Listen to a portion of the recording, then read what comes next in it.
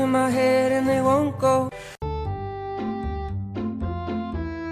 The gentle one.